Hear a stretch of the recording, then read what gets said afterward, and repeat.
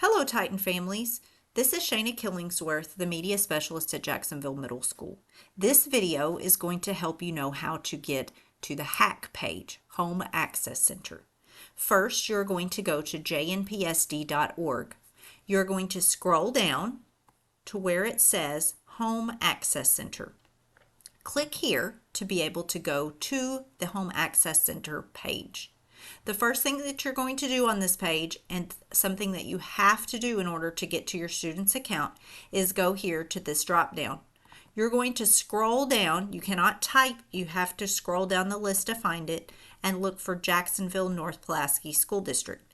Once you get there, click on this on the drop down. You have to be in Jacksonville North Pulaski School District to find your student. You're going to put in a username.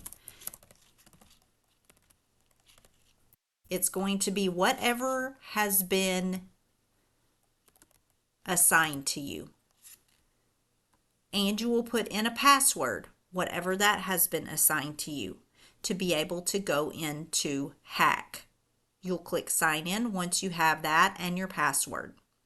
If you forgot your username or your password, you may click here. It's going to take you to another page where you're going to put in your username, and if you do not know that, then your email address. Again, you have to change this to Jacksonville North Pulaski School District to find it. Then they will email you your information.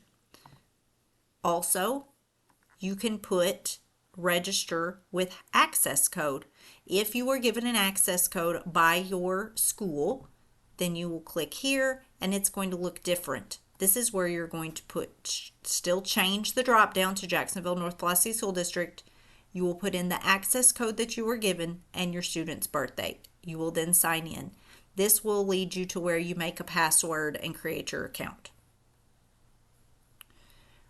If you do not know your student's information, if you have questions, if you can't get to where you need to, then you can always go on our website to our schools, click on your student's school, and scroll to the bottom to find your child's school's telephone number.